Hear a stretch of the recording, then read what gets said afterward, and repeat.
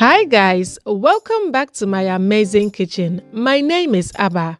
In today's video, we are making a spatchcock version of our orange and rosemary chicken. So come along and let's get right into the video.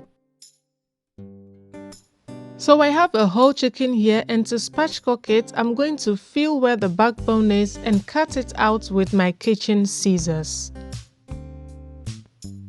You can keep the backbone for some chicken stock.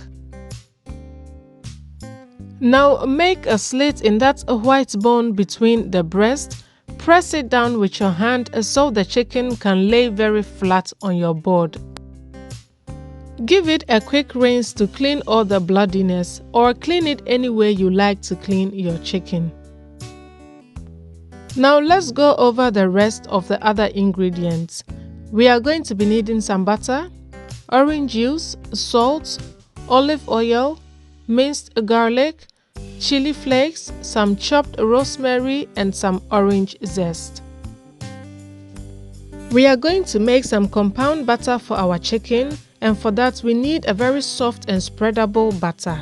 To it, we are going to add our olive oil, our chopped rosemary, chilies, and garlic.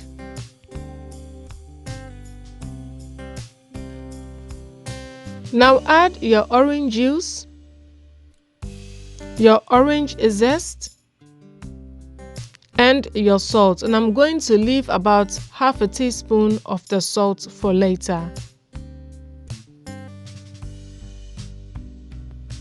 Now mix everything together until well mixed.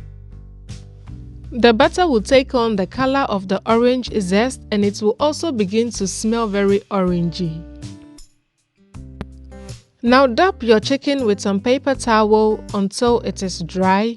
Sprinkle with the remaining salt we left, and then also sprinkle with some garlic and onion powder. To cut down on your cooking time, you can make your compound butter way ahead of time and keep it in your fridge. Now turn over your chicken and sprinkle the second side with some salt, some onion and garlic powder as well.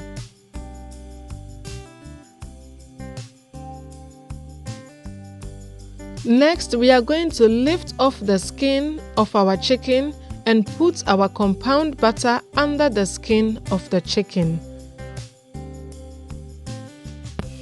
Be gentle whilst lifting off the skin so you don't tear it. You want to keep it in place, but find a hole where you can push in the butter. So once the butter is under the chicken, you want to spread it out with your hand until it is evenly distributed. This will keep our chicken very moist but also make it very tasty. You don't want all the flavors to sit on top of the skin whilst the actual chicken tastes very bland. Now in the oven it goes at 180 until your chicken is done according to your preferred doneness. I baked mine for about 40 to 45 minutes. So 20 minutes into the cooking time, I took it out of the oven because the butter had melted together with the juices of the chicken onto my baking sheet. And I'm going to baste the chicken with the melted butter and chicken juices, and this will keep it very moist. So in the last 5 minutes of the cooking time, I turned on my broiler to give it a bit of color. And this is our final result. Just look at this succulent chicken. So juicy and so moist.